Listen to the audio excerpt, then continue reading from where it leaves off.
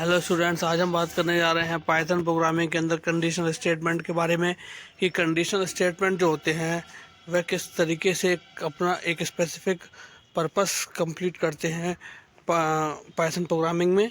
तो conditional statement में क्या होता है कि कुछ कंडीशंस होती हैं जिनको हमें देखना होता है कि वह ट्रू हैं या फॉल्स। ठीक है, अगर वह सेटिस्फाई हो रही होती हैं तो वह स्टेटमेंट रन कर जाता है, अदरवाइज दूसरा स्टेटमेंट रन करता है।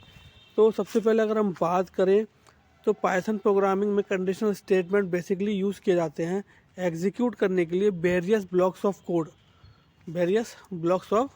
कोड जो कि किसी स्पेसिफिक कंडीशंस पर बेस होते हैं।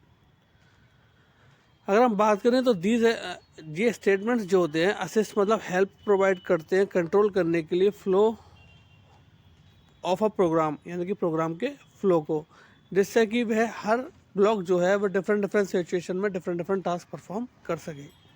तो सबसे पहले आइए बात करते हैं इफ़ स्टेटमेंट के बारे में कि इफ़ स्टेटमेंट जो है वह कंडीशनल स्टेटमेंट के अंदर किस तरीके से काम करता है। So if statement executes a block of code. If statement जो होता है वह एग्जीक्यूट करता है एक कोड के ब्लॉक को। If the given condition is true, अगर गिवन कंडीशन ट्रू है तब it is the simplest form of conditional statement. यह सबसे साधारण फॉर्म है कंडीशनल स्टेटमेंट की। Num is equals to 2, example में दे रखा है एक वेरिएबल है नम जिसकी हमने वैल्यू जो है पहले ही डिफाइन कर दी 2। अगर नम हमारा ग्रेटर देन 0 है, अगर नम हमारा ग्रेटर देन 0 है तो क्या प्रिंट कर देगा वहाँ पर?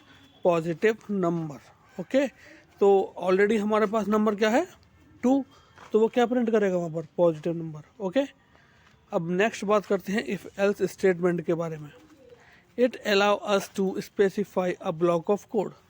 ये हमें अलाउ करता है स्पेसिफाई करने के लिए एक ब्लॉक ऑफ कोड होता है उसको, that will execute if the condition is associated, यानी कि जो इफ से एसोसिएटेड कंडीशन है, जुड़ी हुई कंडीशन है, वह जब ट्रू हो।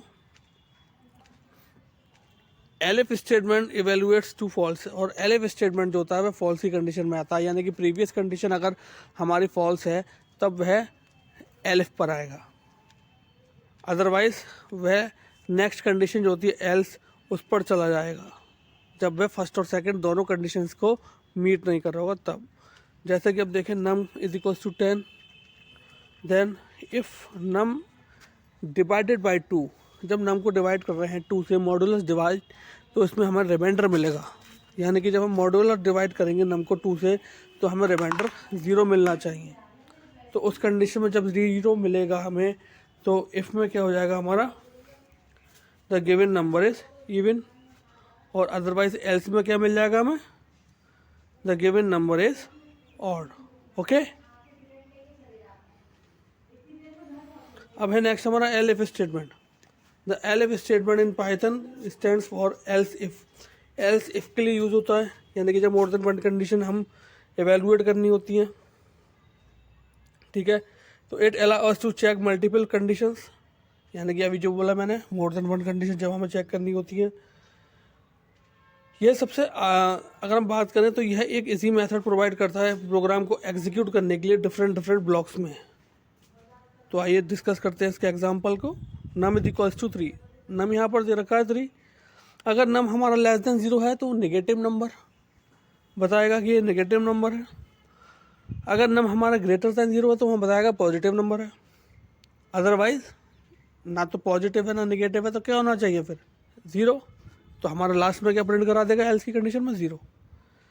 Next is nested if else conditional statement. Nested if else का मतलब होता है कि इनसाइड एन, यानी कि इफ़ के अंदर इफ़।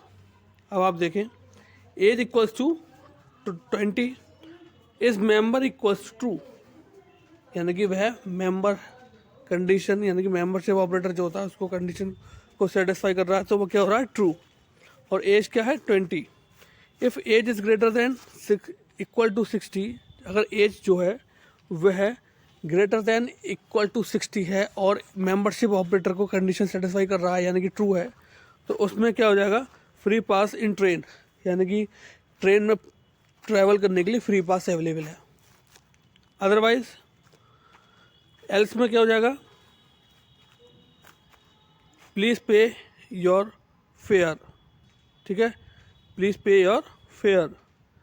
और otherwise last condition, your age is not valid for free pass, यानी कि आपकी एज जो है वह वैलिड नहीं है फ्री पास के लिए, ठीक है। तो ये हमारा नेस्टेड इफ़ स्टेटमेंट जो है वह वर्क करता है।